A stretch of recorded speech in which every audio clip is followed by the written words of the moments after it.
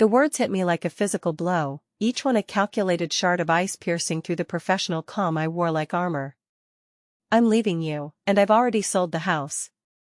To move in with my new girl.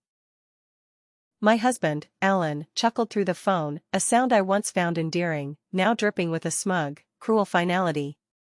Good luck finding a place. Then, the click. The line went dead, leaving a silence that was louder than any explosion. I sat there, frozen, in the glass-walled conference room of Gravenhall Group, the real estate empire I had built from the ground up. Across the polished mahogany table, my biggest client, the formidable Mr. Harrison of Iron Veil Robotics, was patiently waiting. The panoramic view of the Jersey City skyline, usually a source of pride, now seemed to mock me, a glittering testament to a life that was shattering in real time. I felt something cold and heavy settle in my chest, but it wasn't the familiar ache of heartbreak. It was the chilling, clarifying weight of relief. My name is Natalie Pierce. At 43, I was a seasoned commercial real estate broker, a name synonymous with success and tenacity in the cutthroat market of northern New Jersey.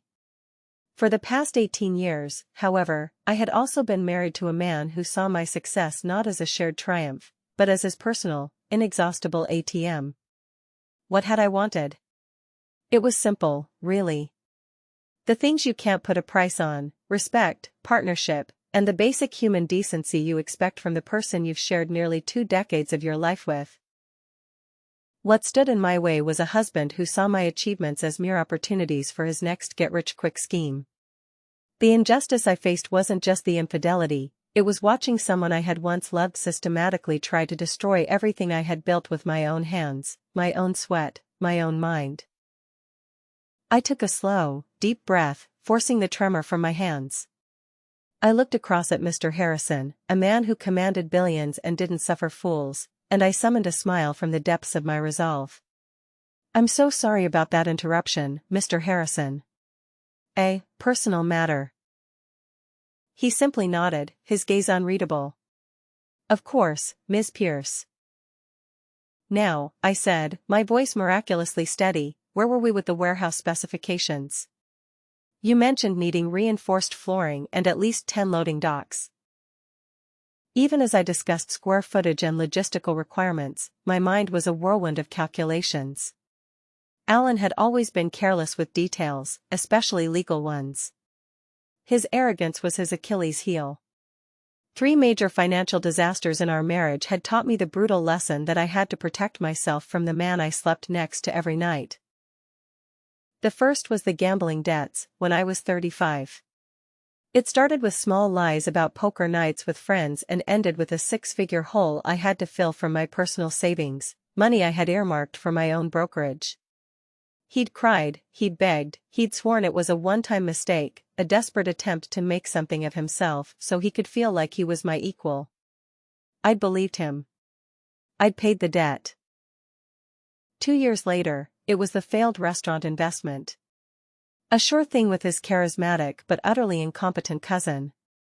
He'd used a joint credit card to fund it, maxing it out without a word to me. When the health inspector shut them down for a litany of violations, I was the one left fielding calls from creditors. Again, I cleaned up the mess, consolidating the debt into a loan that I paid off month by painstaking month. Then came last year's cryptocurrency nightmare. He'd been swept up in the frenzy, convinced he was a financial genius on the cusp of making us millions. He'd remortgaged our home behind my back, using a forged power of attorney he'd had me sign years ago under the guise of it being for a simple car title transfer. The market crashed, and we were nearly bankrupted. That was the final, devastating straw. That was when the love finally died, replaced by a cold, hard pragmatism. After that third mess, after I'd spent weeks untangling the financial web of ruin he had spun, I had quietly done something Alan never knew about. It was my secret, my armor, my escape plan. I'd sat in this very same conference room with my attorney, Vincent Rodriguez, a man as sharp and unforgiving as a shard of glass. We had a plan. I'd refinanced our house, not with a personal loan, but through my business LLC, Gravenhall Group Properties. I then executed a transfer of ownership. The mortgage payments for the past 2 years had come directly from my business account, every transaction meticulously documented. The deed, the legal and binding document of ownership, was now in my company's name. Not Alan Pierce's name. Not Natalie Pierce's name. Legally, permanently, and completely, the house belonged to my company. I finished the contract review with Mr. Harrison, securing a deal that would be the largest in my firm's history. We shook hands, and he gave me a rare, almost imperceptible smile. "You handle pressure well, Ms. Pierce." "Very well." "It's part of the job, Mr. Harrison," I replied, and for the first time, the words felt entirely true. I walked to my car with measured, deliberate steps. The September afternoon was crisp, the air hinting at the coming autumn, a season of change. As I drove through the familiar, tree-lined streets of our suburban neighborhood toward home, my home, I thought about the backup documents in my office safe. The notarized affidavits, the bank statements, the copies of the cease and desist letters Vincent had prepared months ago, just in case. Most of all, I thought about Alan's smug, chuckling voice on the phone, and I allowed myself a small, tight smile, imagining how that voice would sound when reality finally hit him like a freight train. My phone buzzed. It was a text from his number. "Don't bother coming home. We're already moving in. My lawyer says you can't do anything about it." I actually laughed out loud, a sharp, humorless bark. Alan's lawyer? If he even had one, he clearly hadn't done his homework. Then again, neither had Alan in 18 years of marriage. He'd never once looked at our financial documents, never questioned how the bills got paid, never wondered why I'd been so insistent about handling all the paperwork myself after his last disaster. His willful ignorance, his belief that my world was his to plunder, was about to be his undoing. As I pulled into my driveway, the scene was exactly as I'd pictured. A strange car, a sporty little convertible, no doubt belonging to the new girl, was parked behind Alan's. The front door was wide open. I could see lights on inside and the jarring, unfamiliar shapes of cardboard boxes stacked haphazardly in the foyer. This was going to be even easier than I'd imagined. I'd always been the responsible one in our marriage. While Alan dreamed big and schemed bigger, I built a real estate empire, one commission at a time. My company, Gravenhall Group Properties, had started in a tiny office above a sandwich shop 15 years ago. Now, we handled major commercial properties throughout northern New Jersey, and my personal portfolio was worth more than Alan had ever bothered to calculate. He just saw the results, the nice house, the expensive vacations, the life he felt entitled to. Growing up in Newark, I'd learned early that security came from your own efforts, not from depending on others. My mother had lost everything when my father left, the house, her savings, her dignity. I swore I'd never be that vulnerable. That's why I'd always kept separate business accounts, why I'd insisted on maintaining my maiden name professionally, and why I'd quietly restructured our assets after Alan's financial disasters. Alan saw my success differently. To him, my achievements were validation of his own importance. After all, he was married to a successful businesswoman. He loved telling people at parties about our real estate company, about our investments, about our financial success. He never mentioned that he hadn't contributed a meaningful dollar to any of it in years. The warning signs of this final betrayal had been there for months. The late nights when he claimed to be working on his latest business venture. The hushed phone calls he took in the garage. The new, expensive clothes I'd never seen him buy.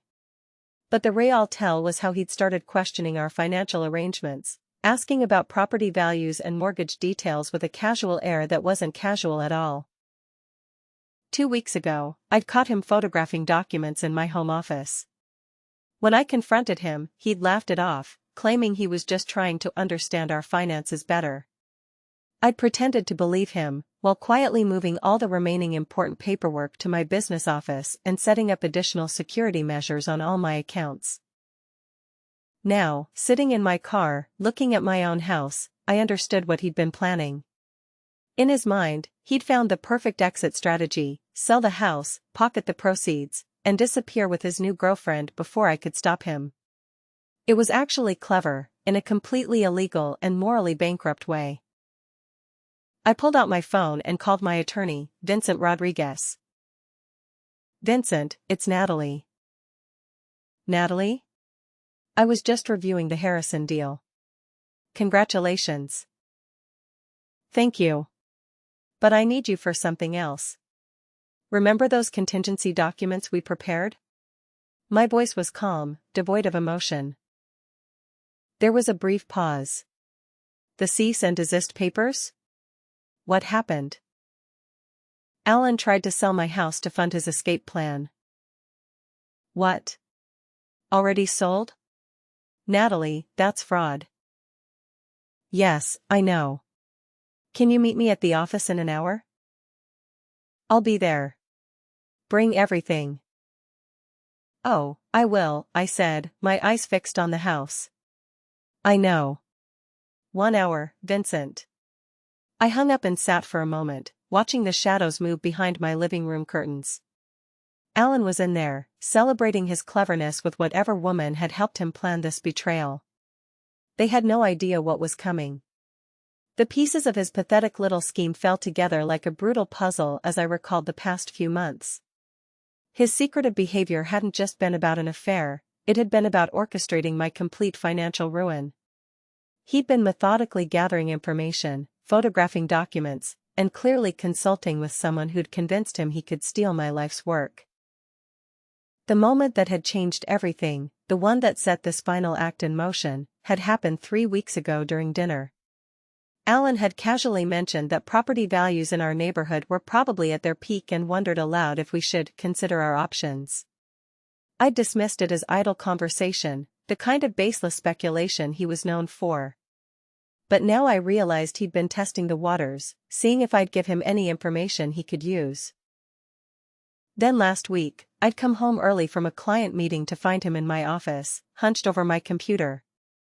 The screen went black the moment I walked in, and Alan had jumped up with that guilty smile I'd learned to recognize over the years. "Just checking email," he'd said, his voice a little too high. But my computer required a password he didn't know, unless someone had helped him crack it. Unless someone with more technical skills had been coaching him through this entire scheme. The real shock had come this morning when I reviewed my business accounts online and noticed some unusual activity. Someone had attempted to access our joint checking account multiple times over the past week. The attempts had failed because I'd changed all the passwords after catching Alan at my computer, but the pattern was clear. He'd been trying to drain our accounts before disappearing. Now, watching my house filled with boxes and celebrating thieves, I felt that familiar, cold clarity that had gotten me through every crisis in my business. Alan wasn't just leaving me, he was trying to destroy me. The house sale wasn't about starting fresh with his new girlfriend, it was about making sure I had nothing left to restart with. But Alan had made one crucial mistake. He'd assumed I was the same trusting woman I'd been 18 years ago, someone who'd let him handle important decisions while I focused on building my career. He'd never bothered to learn how my business actually worked, never paid attention to the legal structures I'd created to protect myself after his previous failures. The house he'd just sold belonged to Gravenhall Group Properties, LLC. Not to Alan Pierce. Not to Natalie Pierce. It belonged to my business entity, which he had no legal connection to whatsoever. The mortgage was in my company's name, the deed was recorded under my LLC, and every payment for the past 2 years had come from my business accounts. I'd essentially bought my own house back from myself after his cryptocurrency disaster, ensuring he could never again gamble away our shelter. It had been a precaution I'd hoped never to need. But as I sat in my driveway, listening to the faint sounds of laughter and celebration drifting from my windows, I realized this precaution was about to become my weapon. Alan had tried to sell something that wasn't his to someone who was about to learn an expensive lesson about due diligence. Time to go inside and educate them both. I took a deep breath and walked up to my own front door, keys ready. The sound of voices inside grew clearer.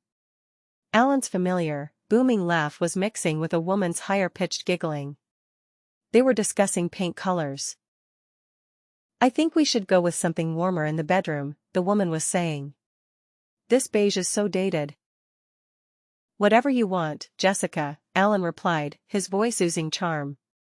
It's our house now. We can do anything we want with it. I slid my key into the lock and stepped inside. The living room was chaos. Boxes were everywhere, my personal belongings shoved carelessly into corners. And two people, Alan and a much younger woman with overly bleached blonde hair and a look of triumphant possession, froze the moment they saw me. Alan recovered first. Natalie. You're not supposed to be here. I told you. You told me you sold the house, I interrupted, my voice as cold and hard as steel. I calmly set my purse down on the entrance table, which was now covered with someone else's mail. I'm curious. Who exactly did you sell it to? The woman, Jessica, stepped forward, a smug smile plastered on her face. She was younger than I'd expected, maybe early 30s, with the kind of confidence that comes from believing you've won something important. I'm Jessica. Alan's fiancée. We understand this is awkward, but the house belongs to us now. I'm sure you can find somewhere else to stay tonight. I studied them both, noting how Alan's hands shook slightly as he fumbled to light a cigarette. He only smoked when he was nervous. Fiancé? That's interesting. When exactly did you two get engaged? 3 months ago, Jessica said proudly showing off a gaudy diamond ring I'd never seen before. Right after Alan explained how his wife was holding him back financially. The audacity was breathtaking. 3 months ago, Alan had been on his knees, begging me to help him out of another investment disaster, swearing he'd learned his lesson about risky ventures. Apparently, his new venture had been planning to steal my house. And the sale? I continued calmly. When did that happen? Yesterday, Alan finally found his voice.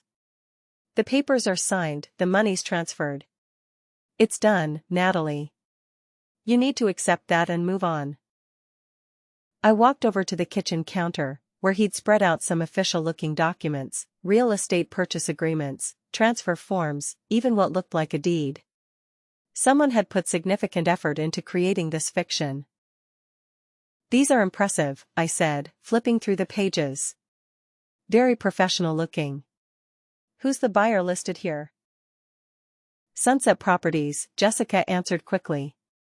We found them through a real estate investor Alan knows.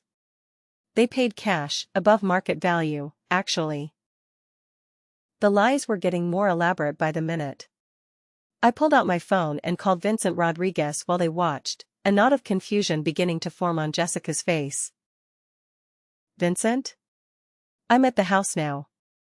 Yes, they're here. Can you conference in the title company? I need them to confirm ownership records for this address.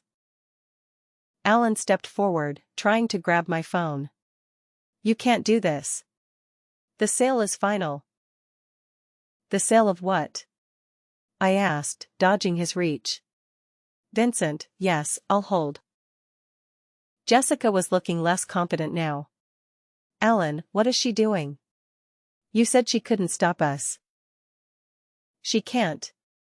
Alan insisted, but his voice had lost its earlier bravado. The paperwork is all legal. Oh, the paperwork might be legal, I agreed. The problem is, you can't sell something you don't own. I put my phone on speaker as Vincent's voice filled the room, crisp and authoritative. Natalie, I have the title company on the line. They've confirmed that this property is owned by Gravenhall Group Properties, LLC, and has been for the past 2 years. No transfers, no liens, no pending sales. The silence that followed was beautiful. Jessica's face went through several expressions in rapid succession, confusion, realization, then growing fury. Alan, what the hell is he talking about? You said you owned this house. I do own it. Alan snapped, but his voice cracked. We're married. What's hers is mine. Actually, I said, still holding my phone on speaker, Vincent, would you mind explaining community property law as it applies to business entities? Vincent's voice was professionally neutral, but I could hear the satisfaction underneath. In New Jersey, assets held by a limited liability company are separate from personal marital property, even if one spouse owns the company. If Gravenhall Group Properties owns this house, then Mr. Pierce has no legal claim to it whatsoever. Alan's face was shifting from confusion to panic. That's impossible. I live here. I pay for things here. When was the last time you actually paid for anything here? I asked. The mortgage comes from my business account. Utilities, insurance, property taxes, all business expenses. You haven't contributed to this household in over 3 years. Jessica rounded on Alan. You told me this was your house. You said your wife was just being vindictive about the divorce. Divorce? I raised an eyebrow. Alan, did you forget to mention that we're not actually getting divorced? You never filed papers, never served me with anything. You just decided to sell my house and disappear. The color drained from Alan's face as the magnitude of his situation hit him. He hadn't just attempted to commit adultery, he'd committed fraud. Real estate fraud, the kind that involved prison time. Vincent's voice cut through the tension. Natalie, I've also pulled the records on this supposed sale to Sunset Properties. There's no such entity registered in New Jersey. The tax identification number on these documents belongs to a landscaping company in Pennsylvania that's been defunct for 5 years. Jessica stared at the papers scattered across my counter. These are fake? All of this is fake? Fake documents, fake company, fake sale, I confirmed. The only real thing here is the crime Alan just committed by forging my signature on legal documents. Alan finally seemed to grasp the seriousness of his situation. Natalie, wait, we can work this out. I made a mistake. You made several mistakes, I corrected. You committed fraud. You forged my signature. You attempted to steal property worth over $500,000. And you did it all while lying to both me and her about your intentions. Jessica was backing toward the door, her earlier confidence completely evaporated. I didn't know, she said quickly.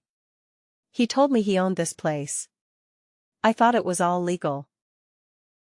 Did you put any money into this supposed purchase? I asked. Her silence was answer enough. She'd invested in this fantasy, probably contributed to what she thought was a down payment or closing costs, money that had likely gone straight into Alan's pocket. I looked at both of them, my soon-to-be ex-husband and his accomplice in grand theft. Here's what's going to happen, I said, my voice level. You're both going to leave my house. Immediately. You're going to take your boxes, your lies, and your fake engagement ring with you. Where are we supposed to go? Jessica demanded, her voice rising in panic. That's not my problem anymore, I replied. But I suggest you figure it out quickly. Because in about an hour, I'm filing a police report for fraud, forgery, and attempted theft. How long that gives you to disappear depends on how fast you can pack. Alan opened his mouth to argue, but Vincent's voice stopped him. Mr. Pierce, I strongly recommend you consult with a criminal defense attorney. Tonight.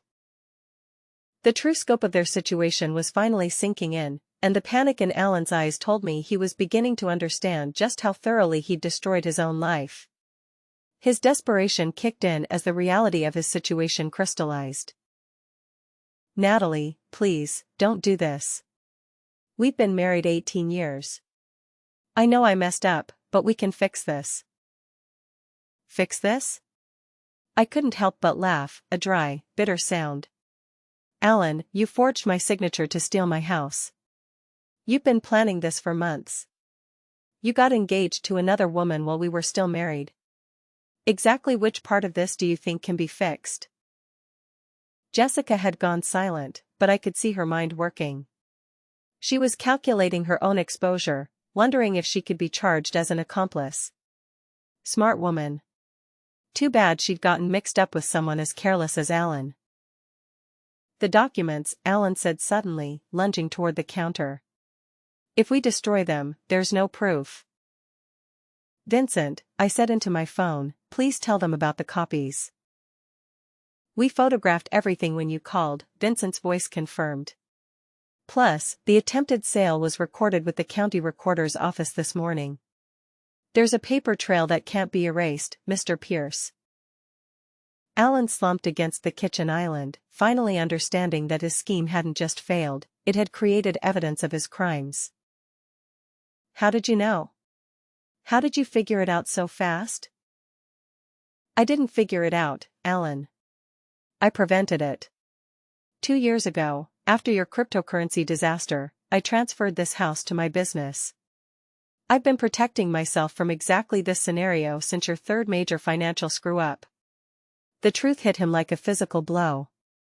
You've been planning this? You've been waiting for me to. I've been protecting myself from your poor decisions, I corrected. I never imagined you'd actually try to steal from me. I thought even you had limits. Jessica finally spoke up, her voice small.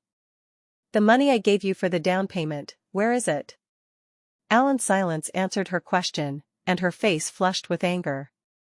You spent it, didn't you? It's gone. I can pay you back, Alan said quickly. Once the dust settles. With what money? Jessica demanded. You don't have a job. You don't own anything. You just committed a felony that's going to follow you for the rest of your life. I watched their partnership dissolve in real time. Jessica grabbed her purse and headed for the door. I'm done. I'm not going to prison because you lied to me about owning a house. Jessica, wait. Alan called after her. We can figure this out. But she was already gone, her footsteps echoing in the driveway as she presumably called someone to pick her up. Within minutes, I heard a car drive away. Alan turned back to me, desperation replacing his earlier arrogance. She's right. I don't have anything left. The money she gave me is gone. I spent it on the engagement ring and deposits for our new apartment. If you press charges, I'll go to prison. That's generally what happens when you commit felonies, I replied calmly. Natalie, I'm begging you. Don't destroy my life over this. I looked at my husband of 18 years, this man who just tried to steal everything I'd worked for, and felt nothing but pity. Alan, you destroyed your own life. I'm just refusing to let you destroy mine in the process. Vincent's voice interrupted the moment. Natalie, the police are asking if you want to file charges tonight or wait until morning. I looked around my living room, at the boxes full of belongings that didn't belong here, at the man who'd betrayed me in the most fundamental way possible. Tonight, Vincent. I'll be at the station within the hour. Alan's face crumpled as he realized I wasn't going to save him from the consequences of his actions. For the first time in our marriage, he was going to face the full weight of his choices. And I was finally going to be free. I drove to the police station with a sense of calm I hadn't felt in years. Detective Morrison took my statement while Vincent provided the legal documentation, proving my ownership of the house and the fraudulent nature of Alan's attempted sale. This is pretty straightforward fraud, Detective Morrison said, reviewing the fake documents. Forged signature, fictitious buyer, attempted theft of property over $500,000. That's a Class B felony. What kind of sentence does that carry? I asked. 5 to 10 years, depending on his record and whether he cooperates. I thought about Alan's previous financial disasters, none of which had been criminal, but all of which showed a pattern of poor judgment. He didn't have a criminal record, but this wasn't his first time making catastrophically bad decisions. Vincent handed over a folder thick with documentation. We've also got evidence of the conspiracy aspect, the fake company registration, the forged identification documents used to create the fraudulent buyer entity. His girlfriend was involved in at least some of the planning. Within 2 hours, I'd filed a comprehensive police report and initiated the process that would likely send my husband to prison. I felt no satisfaction in it, just relief that the threat to my financial security was being neutralized. As I drove home, I passed Alan's car, parked at a 24-hour diner near the highway. Through the window, I could see him hunched over a cup of coffee, probably trying to figure out what to do next. His phone was pressed to his ear, likely calling lawyers, family members, anyone who might help him navigate the disaster he'd created. I didn't stop. That part of my life was over. Back at my house, I walked through the rooms, collecting the belongings Alan and Jessica had scattered around. Most of it was worthless, cheap jewelry, outdated electronics, clothes from discount stores. I bagged it all up and set it by the front door. Tomorrow, I'd have the locks changed. Tonight, I'd start planning my new life. The next few weeks passed in a blur of legal proceedings and paperwork. Alan had indeed hired a criminal defense attorney, but the evidence against him was overwhelming. Vincent kept me updated on the case's progress while I focused on rebuilding my life. The strangest part was how quickly I adapted to living alone. After 18 years of marriage, and within a week of Alan's arrest, I felt more peaceful than I had in years. No more wondering where money was disappearing to, no more unexpected financial crises, no more walking on eggshells around someone whose next scheme might destroy everything I'd built. My business thrived without the distraction of Alan's chaos. I closed 3 major deals in the month following his arrest, including a warehouse complex that netted me a 6-figure commission.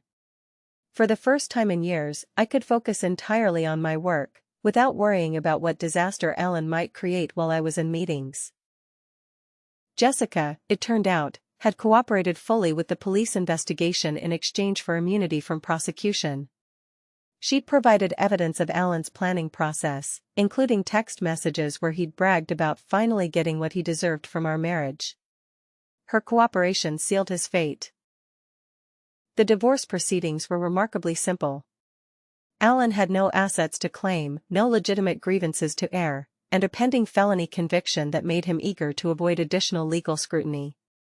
I kept the house, the business, and my retirement accounts. He kept his freedom until sentencing, which wasn't scheduled for another 2 months. I celebrated by redecorating the house exactly how I'd always wanted it: clean lines, modern furniture, and absolutely no compromise with someone else's terrible taste.